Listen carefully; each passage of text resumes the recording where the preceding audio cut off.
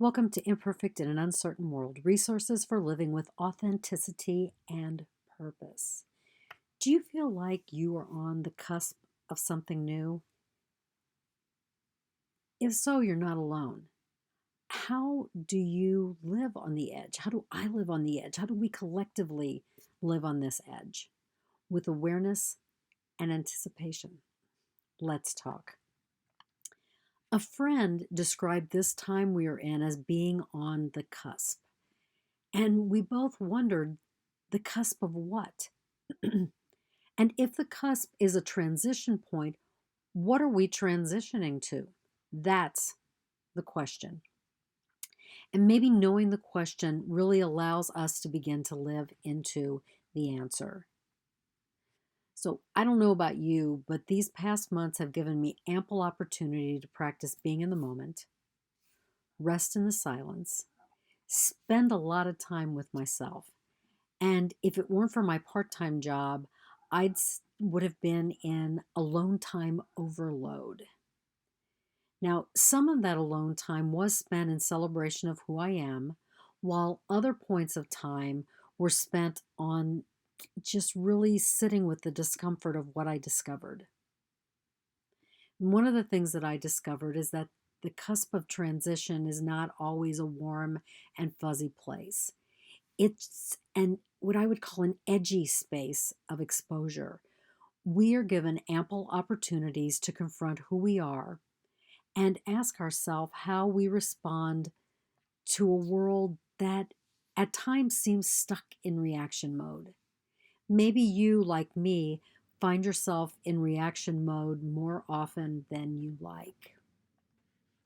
So the question is, how do we move from reaction to respond mode? I wish it were as easy as shifting gears in an automatic transmission car. I'm going to go into response now instead of being in reaction. And if you've read my other blogs, you know that I'm a big reframer.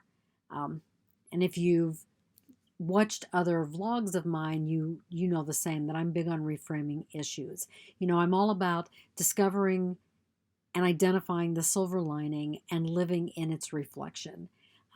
But this time of cusp calls for a different kind of action. It's like reframing, the action begins with awareness. It's an awareness of how the external world is really triggering a quagmire in our internal world. And once aware, we can no longer ignore the biases that push their spindly stems out of our being. We know that we have a choice. We can stay stuck in those biases, or we can weed them out to become who we really are. Now, what I'm going to say is make no mistake about it. During this time of transition, we will act. It's just unclear if we will act in ways that are reactive or responsive. And I will tell you that a response is a result of being anchored into who we truly are. This necessary anchoring is really created by knowing who we are, understanding how we get trapped in our triggers, and freeing ourselves from the cycle of getting caught and reacting. So it's really the awareness is threefold. It's knowing who we are, it's knowing how we get trapped in our triggers, and it's freeing ourselves from the cycle of getting caught and reacting. So I have to tell you that this is not the work of the faint-hearted. It takes a lot of courage because it's all too easy to say, I will do this another day. But it takes courage and strength, unwavering fortitude to stand on that cusp and be who we are, to say, I am doing this today, no matter how scary, no matter how uncertain it is. So I'm going to tell you, books have been written on how to navigate uncertain times. I wrote one myself, Imperfect in an Uncertain World, Being Nonviolent. These books are terrific resources for living in an uncertain world. But how do we begin? If I had to share one tool, it would be practicing being in neutral or being an objective observer. When you're in neutral, you notice how you get impacted by all the stuff around you. You notice how you move into reaction. So, how do you get into neutral? It's about discovering where you hold the neutral inside of yourself. And so, I do have a blog or a video that just deals with that. And in the comments, I will provide a link to that video. But I'm going to go ahead and just guide you through finding your neutral. So I'm going to ask you to close your eyes, take a couple of deep breaths, really become aware of your body. Notice where you're holding your tension. Make a mental note of how your body feels. Next, I want you to think of something that is very upsetting. Find the place in your body where you are holding it. Don't hold on to the feeling. Just be an objective observer and notice. No judgment, no defending. Allowing the energy to dissipate.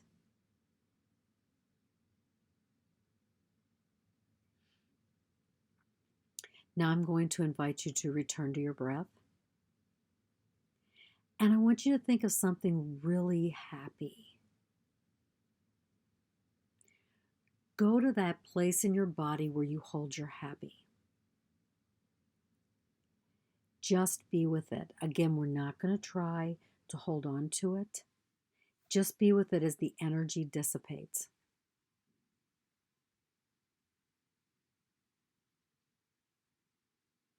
Now I want you to think of a neutral thought. And that neutral thought is something that you have no feelings for one way or another.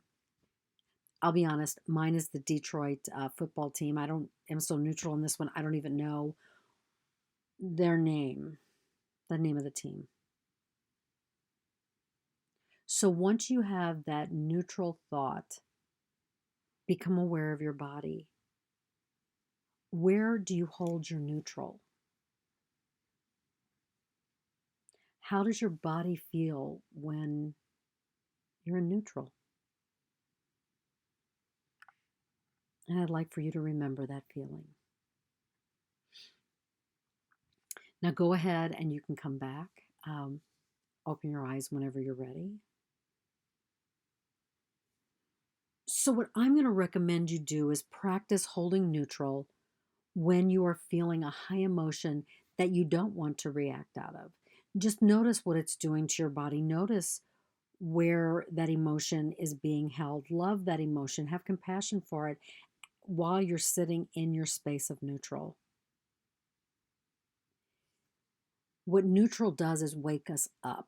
And this movement from sleep to wake is huge.